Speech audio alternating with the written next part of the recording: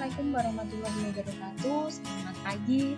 Kembali lagi dengan Bu Rizky. Kita akan membahas tentang suatu proses yang disebut dengan proses osifikasi. Apa sih proses osifikasi itu?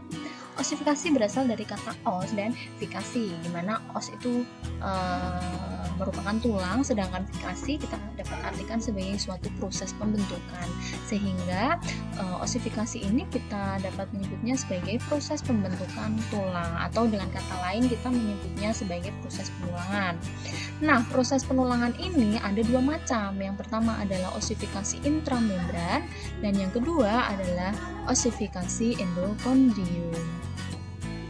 Baik, osifikasi intramembran dan osifikasi endokondrium itu sama-sama terjadi pada saat kita masih embrio atau pada saat kita masih dalam posisi sebagai janin.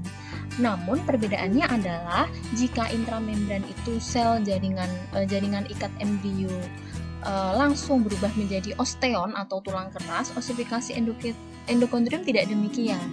Osifikasi ini melibatkan terbentuk tulang rawan atau tulang kartilago, sehingga osifikasi endokondrium sering juga disebut sebagai osifikasi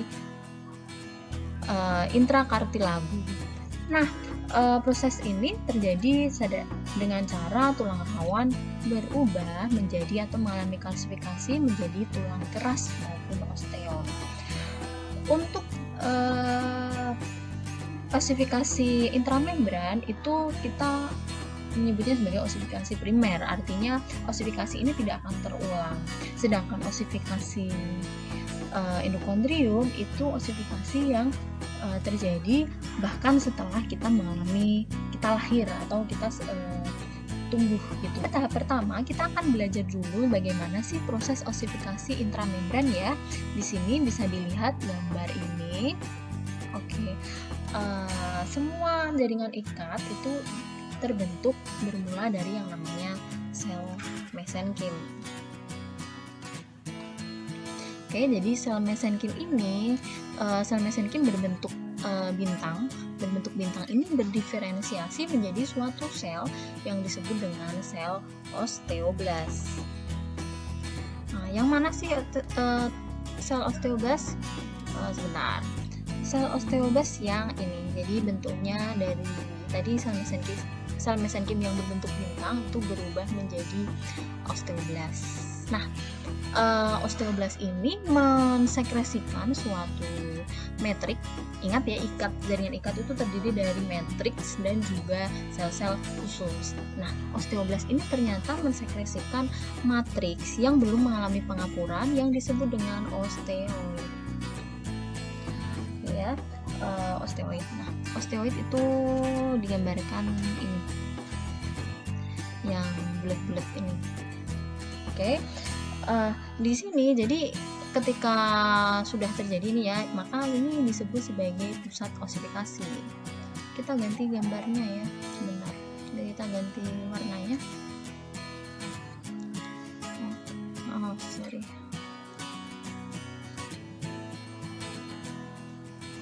Osifikasi.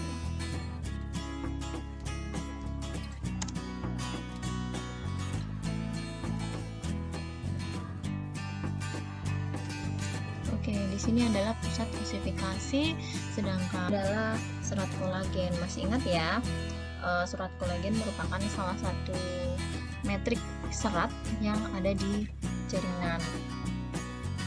Dari tahapan yang ke-1 ini, kita akan masuk ke tahapan berikutnya.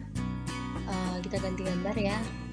Jadi begini. Nah, pada gambar ini kita sebagai pusat osifikasi ya, kita sudah menyebutnya sebagai pusat osifikasi, di mana ini bagian bintang ini tadi adalah sel mesenkim. Sel mesenkim membentuk suatu sel yang berdiferensiasi menjadi suatu sel yang disebut dengan osteoblast. Osteoblastnya berderet-deret seperti ini, kita tuliskan terlebih dahulu.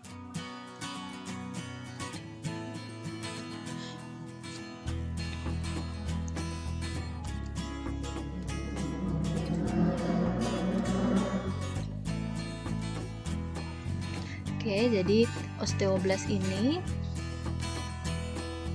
berderet-deret. Nah, selanjutnya osteoblast akan menghasilkan metrik baru.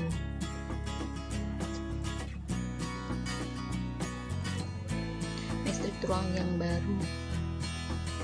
Beberapa sel osteoblast akan terendam dalam metrik tersebut. Nah, ketika sudah terendam, maka osteoblast tadi telah berubah menjadi osteosit. Kenapa kok bisa berubah menjadi osteosit? Nah, itu terjadi karena metrik-metrik barunya ini terdapat endapan-endapan garam tulang. Jadi metrik baru ini mengandung garam-garam tulang sehingga osteoblast ini akan berubah menjadi osteosit. Nah, kalau kamu perhatikan di osteosit ini kan ada coba dilihat ya. Jadi ada dia punya apa? Dia kayak dilingkupi gini. Nah, ini disebut lakuna dan dari lakuna akan keluar serabut-serabut.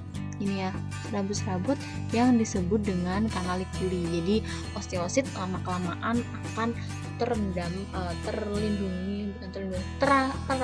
dalam lakuna, dan lakuna-lakuna ini akan membentuk juga yang telah terperangkap dalam lakuna dan membentuk kanalikuli ini tidak lagi mensekresikan metrik-metrik ya, sehingga lama-kelamaan akan membentuk suatu rongga-rongga. Nah, rongga-rongga ini kita lihat pada gambar ketiga. Ini ya. Nah, rongga-rongga ini kita sebut sebagai trabekula. Nah, rongga-rongga ini juga yang menyebabkan tulang ini disebut sebagai tulang apa? Sebagai tulang spon. Dari rongga-rongga tersebut akan terbentuk pembentuk pembuluh darah atau kapiler. Kapiler darah ini akan masuk ke dalam trabekula tersebut.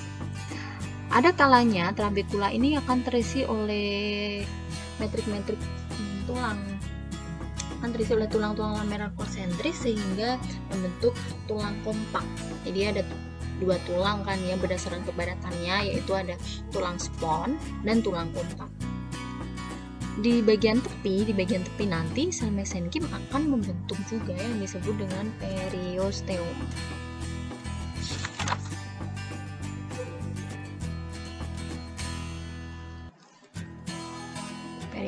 Periosteum ini merupakan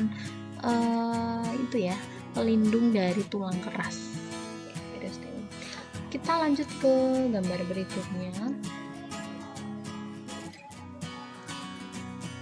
Baik, di sini sudah terbentuk tadi periosteum ya.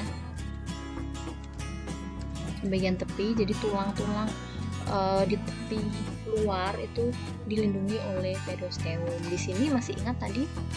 Di sini adalah osteoblast. Ya, selanjutnya tadi trabekula yang terisi oleh tulang-tulang lamelar itu akan menjadi sebuah tulang yang padat yang disebut dengan tulang kompak.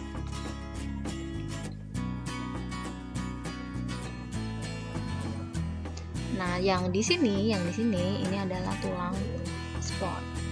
Untuk tulang spon ya. Yang diisi oleh pembuluh-pembuluh darah sehingga nanti terbentuklah sumsum merah. Jadi proses osifikasi intramembran itu umumnya membentuk tulang-tulang pipih yang terdiri dari tulang-tulang spon, seperti itu ya. Selanjutnya pada video berikutnya kita akan belajar tentang osifikasi endokondrium.